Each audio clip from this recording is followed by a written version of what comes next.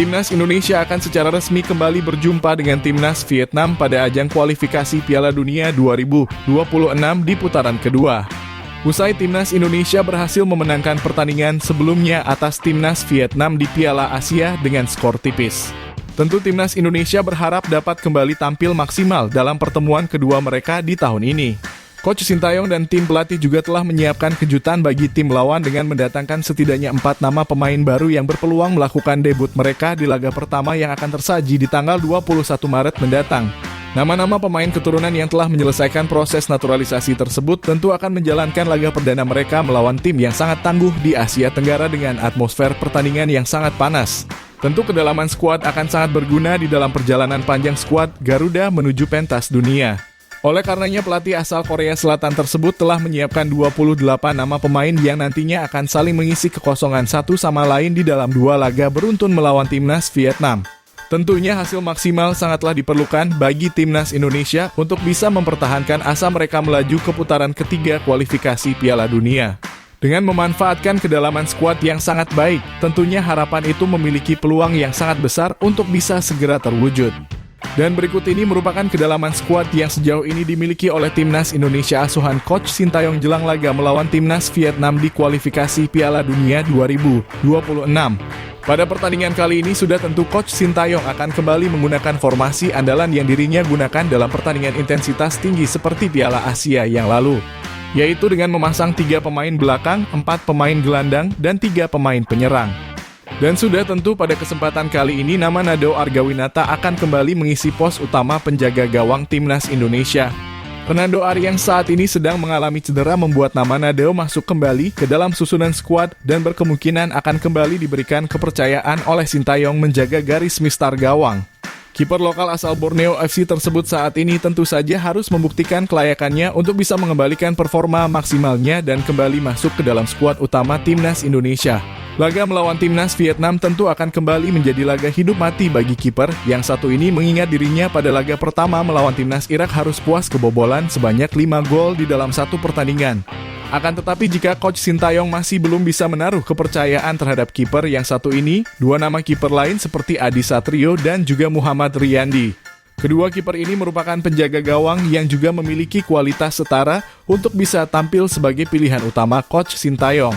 Keduanya memiliki pengalaman sebagai kiper utama di level klub dan juga telah memiliki pengalaman yang cukup di level tim nasional. Sehingga tentu untuk posisi kiper nantinya Timnas Indonesia memiliki kedalaman yang cukup baik dan siap menghadapi segala kemungkinan terburuk di dalam lapangan. Selanjutnya di posisi pemain belakang tentu Coach Sintayong memiliki daftar nama pemain yang sangat berlimpah untuk masuk ke dalam jajaran susunan 11 pemain utama melawan Timnas Vietnam. Sejauh ini skuad Garuda yang didominasi oleh pemain keturunan di posisi pertahanan membuat kedalaman skuad yang dimiliki Timnas Indonesia semakin solid. Namun Coach Sintayong nampaknya akan memasang 3 nama pemain seperti Jordi Amat, Justin Hubner, dan juga Jay Itzes. Ketiga nama tersebut tentu dapat menjadi 3 nama paling potensial untuk masuk ke dalam susunan pemain utama Coach Sintayong pada laga ini. Akan tetapi tentu nama tersebut masih dapat berubah mengingat kualitas dari pemain dengan posisi bertahan Timnas Indonesia memiliki kualitas yang setara baik kualitas pemain keturunan maupun pemain lokal. Dan tentu untuk kedalaman skuad di posisi pertahanan, skuad Garuda masih memiliki nama-nama seperti Elkan Bagot, Rizky Ridho, ataupun Wahyu Prasetyo.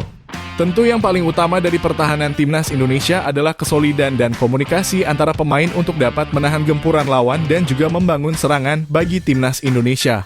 Selanjutnya di posisi gelandang sayap, Coach Sintayong akan memasang 1 nama pemain debutan dan 1 nama pemain keturunan lainnya yang tampil cukup gemilang di Piala Asia. Pada posisi gelandang sayap kiri, Coach Sintayong akan menempatkan nama Nathan John yang akan melakukan debutnya bersama Timnas Indonesia.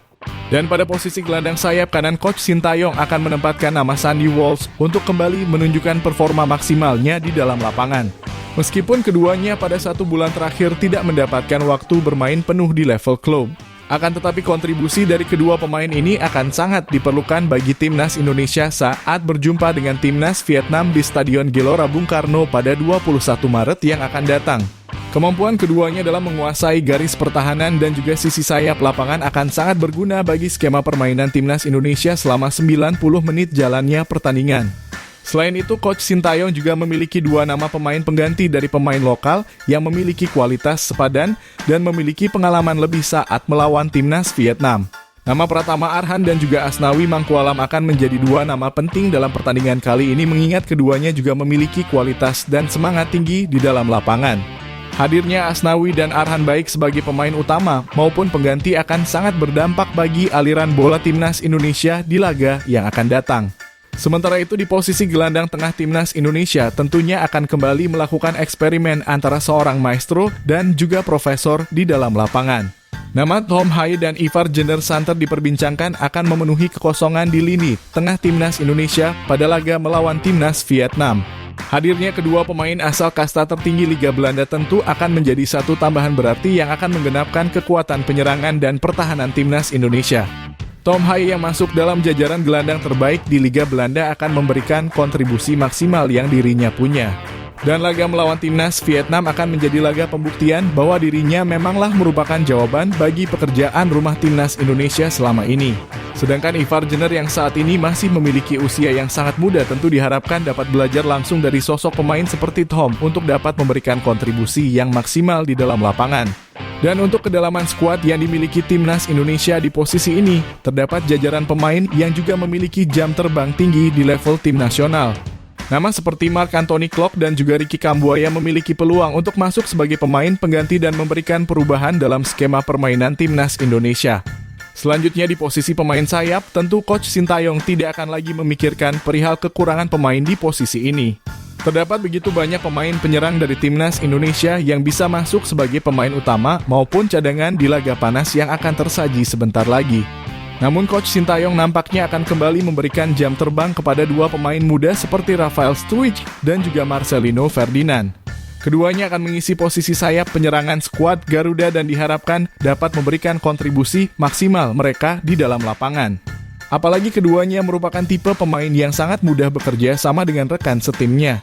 Sehingga tentu dengan mengandalkan komunikasi yang baik dengan para pemain gelandang, Marcelino dan juga Rafael pastinya akan menjadi daya dobrak berharga yang dimiliki oleh timnas Indonesia. Dan untuk kedalaman skuad yang dimiliki timnas Indonesia di posisi ini terdapat begitu banyak opsi pengganti seperti nama Egy Maulana Fikri, Witan Sulaiman, Edo Febriansyah, dan juga Yaakob Sayuri. Serta yang terakhir di posisi ujung tombak timnas Indonesia, tentunya Coach Sintayong akan memberikan kesempatan pembuktian bagi pemain pendatang seperti Ragnar Oratmangun untuk berperan sebagai ujung tombak timnas Indonesia.